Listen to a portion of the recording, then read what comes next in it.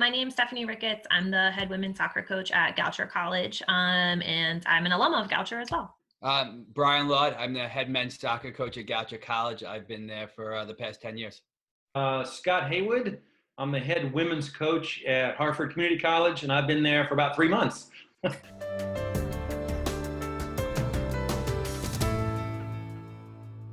I got you guys together today to talk about, everything that's going on right now with COVID-19 and pandemic and the restrictions from being able to see your players, to recruit new players. How has it affected your daily activity currently? Wow. Well, for us, we were, and I know for Goucher College too, we were in spring practices and stuff, and we were a lot of momentum going, and we had a scrimmage game the night before lockdown occurred. We were going good, recruiting was going great, and then this. Like, we actually left college right before spring break, decided to make the decision not to come back. So we've gone to online learning like most of the other colleges in the country have. From a soccer standpoint, it's different. One of the best parts about playing college soccer is the camaraderie with your teammates, being together, doing things together. For the guys, honestly, I'm disappointed for them.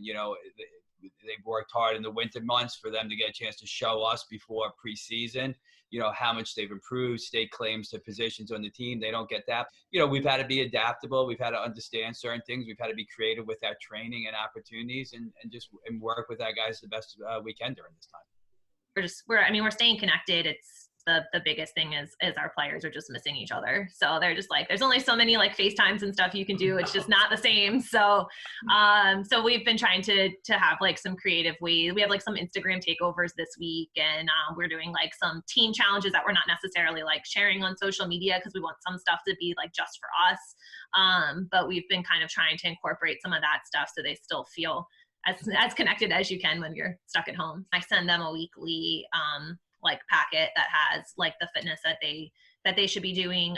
They have different alternatives. So if they can't go outside for some reason or don't have the space, then they have an alternative that they can use like in their living room or something.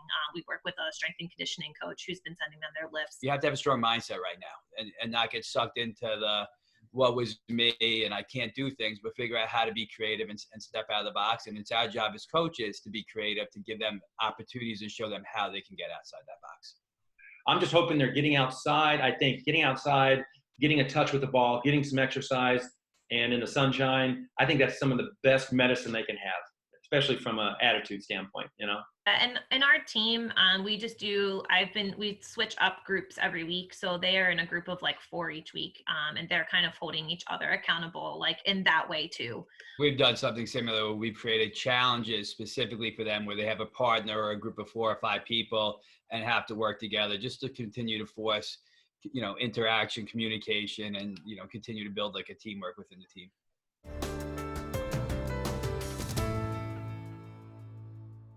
Now let's talk about recruiting. Coach Stephanie, how has the pandemic impacted your ability to recruit? We work about a year ahead. So I've been able to see a good group of players. And so we just remain in contact with them. Not being able, this is a big time for like 2021 graduates, like high school juniors, to get onto campuses and that kind of stuff. So not being able to actually get onto campus and like have those players experience campus and meet me in person and meet our teams. I think that's been the most difficult.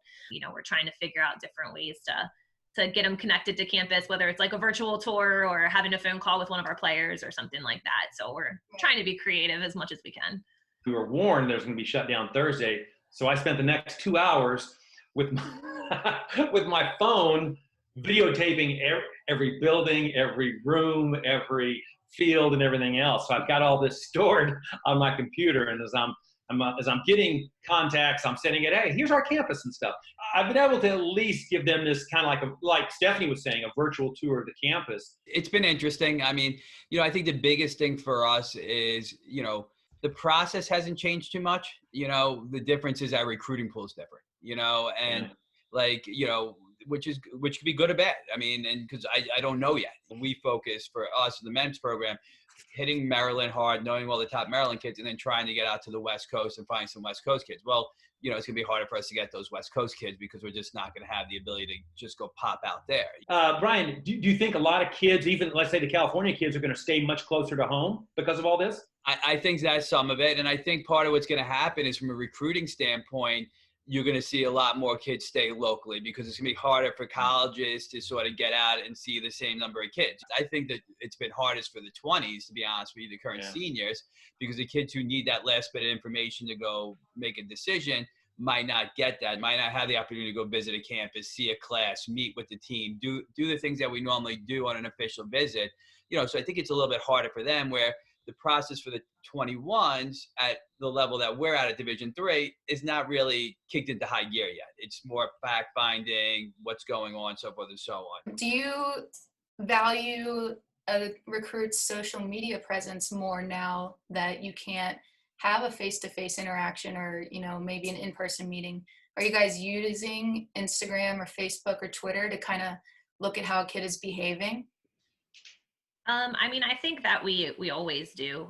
You know, I think we're always aware. A lot of recruits will follow our players and that kind of stuff. And I think, you know, we have a certain culture that we try to maintain. And so, I mean, even my players do some of that for me. So, I mean, I think it's important all the time, not just during like this pandemic. Culture is just as big, and the type of player that we're bringing in terms of the person that they are, and not just like, you know, their soccer ability is always going to be huge, regardless of the timing with everything. How has your hierarchy of critiquing recruits changed? You know, where do you prioritize different things now that seeing them play in person is no longer on the list at all? You hit them hard, don't you? Well, you know, I'm encouraging them, just like I know Stephanie and Brian are. Hey, let's do this. Here's what we're doing. I send my recruits, the ones that have already signed letters of intent, obviously. I've sent them, here's the lesson plan for this week. Here's what we're doing and stuff like that as a group, and trying to involve them in that way. You want those kind of players that can play through, you know, adversity and things like that. But, you know, for me, we start August 1st, and it's going to start from scratch at that point. And I think the players know that. I think some of them, that's exciting to them, because in years past with their other coaches, maybe they weren't on the starting 11, and now's their chance to get onto that starting 11, I think. And the ones that think about the players that always kind of took it for granted that, oh, I was always going to be your starting keeper, your starting forward or whatever, now they may not be, you know? What we've done is we've asked the kids who've interested in Goucher to send this video, you know, and is that the be all end all? No, you know, but it gives us something to go on. You know, we've been fortunate enough to see a bunch of kids play. So maybe it's like, hey, do you have some additional video to get us a final push? But I mean, to be honest with you, it's going to be a lot of decision making, you know, when we can get up and running again and running around and watching games and, you know, push it, you know, like, I mean, for the kids making decisions about what they're going to do if we can get back up and running this summer somehow, you know, all right, well, you know, we run a big camp at Goucher. That's a big recruiting event for us. We're going to have to push more kids to get to that event, and that event's going to be even more important if we can host it, because those are going to be the first time we see a lot of kids play, you know, as opposed to we've seen you play, come to the camp so you get to know us. It's going to be, well, we need to come to the camps or come to the clinics and stuff like that to get a chance to see you play. The biggest thing right now that I'm trying to accomplish with like 21s who really aren't able to be seen or who I haven't seen is like, if you don't have video, then let's just talk about like what you think is a good fit for you. How can Goucher fit into that? And then if that feels like it can be a good fit in terms of what you're looking for soccer-wise, in terms of what you're looking for college-wise, let's continue the conversation until I can see you. And then we can evaluate and go and then take that next step when it's feasible to take that next step. The bottom line still is in terms of playing, like you have to be able to play at a certain level. And with, you know, that doesn't change for that program. You have to be at a certain level to be part of the program. And then once you reach that certain level, then it's about finding out stuff that Steph and everybody's talking about. How are you as a person? How do you fit into our culture? Do you fit into Goucher and everything else like that? What's more important right now, the physical ability, the fitness, or the ball skills for players? I think the most important thing for every individual, soccer player, non-soccer player, is the physical stuff. You know, because everyone's stuck in their house. It's real easy to sit on a couch and play video games or watch TV all day and get into a rut. You have to be physically active, you know, and a great way to do it is to combine everything, right? I mean, again, my 2 kids play for the Baltimore Union, my youngest 2 kids. So I get all the video updates. And if you're part of the club, you're very fortunate with the amount of work that the directors do to give you options and everything. And you should take advantage of those options, I think, and try to do more if you can. But, to get yourself fit, because the fitter you are, the more successful you're going to have doing anything in life, and then the more you can open up your passing and increase your technical ability that way, the more successful you're going to be playing at a higher level. No, I agree. I mean, I always harp on, honestly, fitness first with my team. So I would probably say the same thing. If you're fit, then, we can integrate technically as we need to. But at the same time, I mean, if you love soccer, you're figuring out a way to do both. I would agree. Fitness, my rationale for the fitness is the fact that we start August 1st, and the more fit you are, the less likely you are to have an injury. Okay, so you touched on this a little bit earlier, Scott, about Huddle. Are there any other recruiting platforms that you guys love, or is that something that you don't really use because you go player to player, you're more personal about your recruiting? Some of the platforms, like Huddle and other things like that.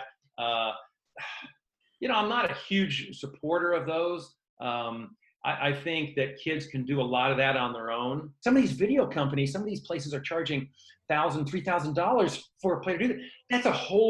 That's a year's tuition for us. And that's nuts. When, just like what Stephanie and Brian wonderfully said, we want to see them in person anyway. Also, the fact that if you can get a 17-year, 18-year-old kid to send you information on their own and not this blanket email that's been sent out to 100 colleges, that tells you something about that individual, does it not? It tells you they really want this. It tells you they really love the game. It tells you they're proud of themselves and that they want to showcase this. We use it. It's always good to see somebody, but we're not digging through stuff unless we really need to get to something. I think they're good platforms to find some kids who might fit your profile, but for us, we need to see you play in person. Yeah. Otherwise, we can't make a commitment to you. I agree. I mean, I think, any of the platforms, or even just, like Scott said, I have no problem with someone's parents who film a game on their phone and then send it to me. I mean, if I can see you initially, I can at least get an idea of if I should go see you play live or not. But yeah, I agree with what Brian said too. We have less than a minute, but anybody want to touch on words of encouragement or your mantra right now for what we're going through? Yeah, I would just tell everybody, stay positive. We're gonna get through this. We're gonna get back to normal. It's probably gonna be a different normal, but keep doing what you love doing. If you're playing soccer, then keep playing soccer. Keep having yourself on the ball, keep training, keep staying physically active, keep watching games, even if they're old games. Keep yourself engaged and keep pushing yourself forward. I think that's the biggest thing is continue to do things. And then most of all, enjoy being with your family. I'm older than the people who are going to be watching this, and I got a bunch of little kids running around my house, but, so it can be crazy at times or what have you, but there's nothing better than being with your family, and it's time you'll never get back. So enjoy it. Yep. Control what you can control. That's my mantra, week by week. Mine is, remember the little things in life. That's what's important. And the little things in life are family, in my case, soccer also, and just stay healthy. Great. Yeah. Thank you, Becca. Guys, thank you so much. Thank you.